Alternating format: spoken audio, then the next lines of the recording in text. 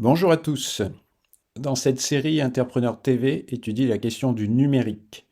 Il s'emballe. Comment faire la part de l'innovation vitale et de l'illusion? Les experts des entrepreneurs décodent cette complexité pour vous. C'est parti? Oui, Bon. Eh bien, bonjour.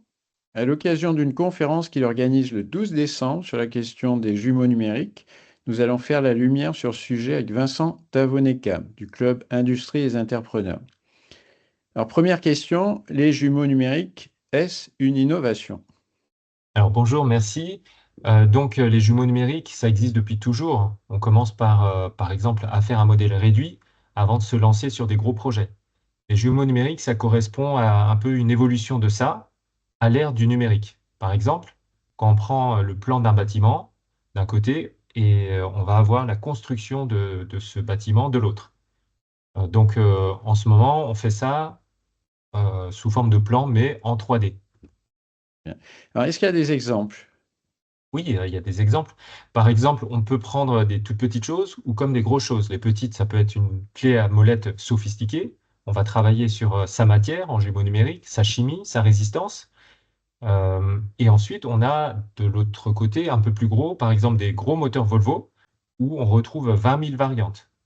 Donc pour ça, il faut pouvoir suivre indépendamment chacune de ces versions, depuis sa fabrication complexe jusqu'à la maintenance.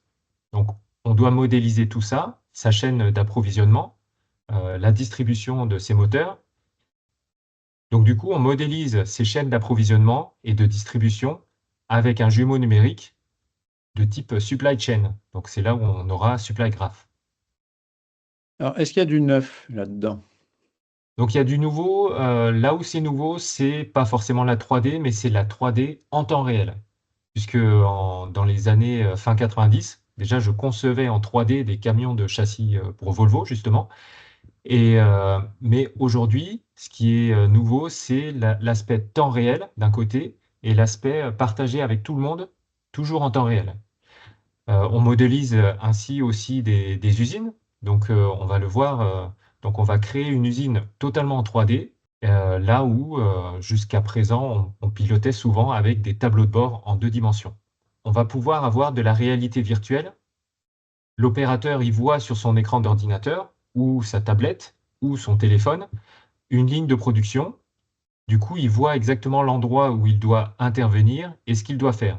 Parce qu'il peut avoir le document d'intervention juste à côté de lui. Donc on peut également, faut pas oublier, mais on peut également faire des modélisations financières. Du coup, c'est bien plus parlant pour des directions générales d'avoir ce type de modélisation-là. Et est-ce miraculeux? Alors, si c'est miraculeux, non, on le saurait, hein, il y a beaucoup d'effets d'annonce. Il y a beaucoup d'échecs également, on en parle peu. À un moment donné, avec Volvo, justement, on a pu témoigner de quelques échecs, euh, et en particulier des échecs de grands éditeurs de logiciels. Donc, pourquoi est-ce que ça échoue? Parce que, ben voilà, il faut savoir que un jumeau numérique fidèle à 100%, ça n'existe pas. Et c'est peut-être même pas souhaitable d'avoir ça. Autant prendre le vrai élément physique. Donc, par exemple, hier, pour reproduire un problème dans l'usine, notre client nous a demandé de brancher et de débrancher des câbles réseau. Et puis après, de brancher et de débrancher des câbles de caméra. Donc, ça prend juste 5 minutes pour faire ces opérations et non pas des heures et des heures de modélisation de mathématiques complexes. Donc, en pratique, le jumeau numérique efficace, c'est un mix entre les deux, un mix entre de la physique et du numérique. Donc, tout est une question d'ajustement de curseur. Et justement, alors comment mettre en place des jumeaux numériques? Donc l'erreur habituelle consiste à acheter un logiciel sur étagère et de penser que ça va fonctionner tout de suite. Puis après, on se dit, tiens, on va le déployer. Le résultat, c'est que ça ne marche pas. En gros, les proof of concept, très souvent, ça échoue. Donc pour éviter tout ça, il y a des frameworks et des méthodes qui sont reconnues. On va vouloir plutôt partir du terrain avec des entretiens de terrain et ça appliqué à toutes les usines, partout dans le monde. À partir de là, on va en tirer des modélisations numériques et physiques. Après, on demande le feedback, hein, les retours des personnes interviewées par rapport à la modélisation proposée. Donc attention, le jumeau numérique a besoin d'informations propres, fiable et contextualisé. Donc c'est important, propre, fiable et contextualisé. Or, c'est jamais le cas en général. Par exemple, les données, elles vont être à 90% du temps en silo. En plus, la logique de la cybersécurité classique produit naturellement encore plus de silos. Donc, on ne peut ni avoir de jumeaux numériques, ni avoir d'IA qui fonctionne correctement dans ces conditions-là. La solution à ces problèmes, c'est une architecture qu'on appelle Unified Namespace, en plus court UNS.